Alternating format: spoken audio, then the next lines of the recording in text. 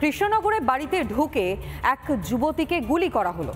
মাথায় 2 রাউন্ড গুলি চালায় মূলত দেবরাজ সিং নামে এক যুবক, যাকে ইতিমধ্যে আটকও করেছে পুলিশ। যেমনটা প্রাথমিকভাবে অনুমান করা হচ্ছে যে সম্পর্কের একটা টানাপোড়েন, এবং সেই টানাপোড়েনের কারণেই এই রকম ভাবে 2 রাউন্ড গুলি চালালো আটক ওই যুবক।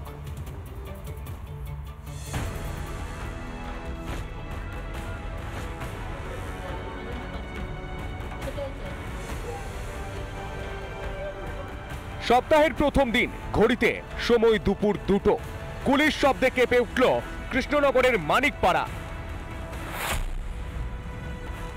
এই গেট দিয়েই একদম সরাসরি এই বাড়িতে প্রবেশ করেছিল। এই সিঁড়ি দিয়ে তত্তর করে উঠে এসেছিল ওই কাছড়াপাড়া থেকে আগ্নেয়াস্ত্র সহ এই দুষ্কৃতী। সে এসে খুব কাছ থেকে এই সিঁড়ি দিয়ে উঠেই কিন্তু খুব কাছ থেকে গুলি করে হত্যা করে।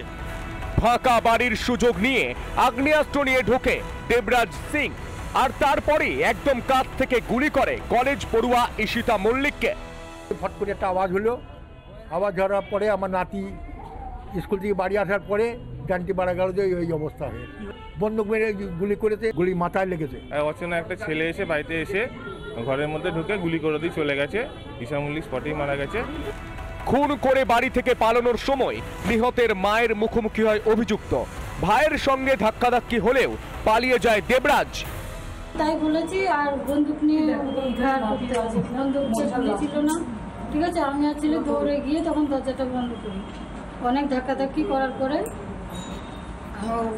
তখন বলছি করেন দিদি কই দিয়ে, তারপর ওই পায়ে দিয়ে পিছন দিয়ে যে দরজা আছে। দিনে দুপুরে এই ধরনের নৃশংস খুন, প্রাথমিক অনুমান খুনের পেছনে রয়েছে সম্পর্কের টানাপোড়েন। কাছড়াপাড়ায় কেন্দ্রীয় বিদ্যালয়ে পড়তো ঈশিতা। কাছড়াপাড়ায় ভাড়ায় থাকতো দেবরাজ সিং। কাছড়াপাড়াতে দেবরাজ ঈশিতার পরিচয় থেকেই গড়ে ওঠে সম্পর্ক। সম্প্রতি সম্পর্ক থেকে বেরোতে চেয়েছিল ঈশিতা। সম্পর্ক থেকে বেরোতে চাওয়ায় দুজনের বিবাদের জেরে খুনের ছক দেবরাজের। পুলিশের জালে অভিযুক্ত দেবরাজ সিং এখনো পর্যন্ত অ্যারেস্ট নেই, তবে আমরা দাঁড়িয়ে আছি। আগে আইডেন্টিফিকেশনটা ভেরিফাইড হোক, তারপরে আমরা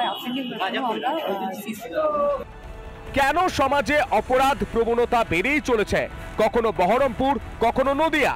হত্যার সিদ্ধান্ত নেওয়ার আগে হাত কাঁপছে না পুলিশ প্রশাসনের? ভয় কি শেষ হয়ে গিয়েছে মানুষের মন থেকে? পাবলিক বাংলা। নানা ধরনের কন্টেন্ট দেখার জন্য লাইক করুন, শেয়ার করুন আমাদের ফেসবুক পেজ, সাবস্ক্রাইব করুন আমাদের ইউটিউব চ্যানেল। পাশাপাশি অন্যান্য ব্রেকিং নিউজের জন্য অবশ্যই চোখ রাখুন রিপাবলিক বাংলায়।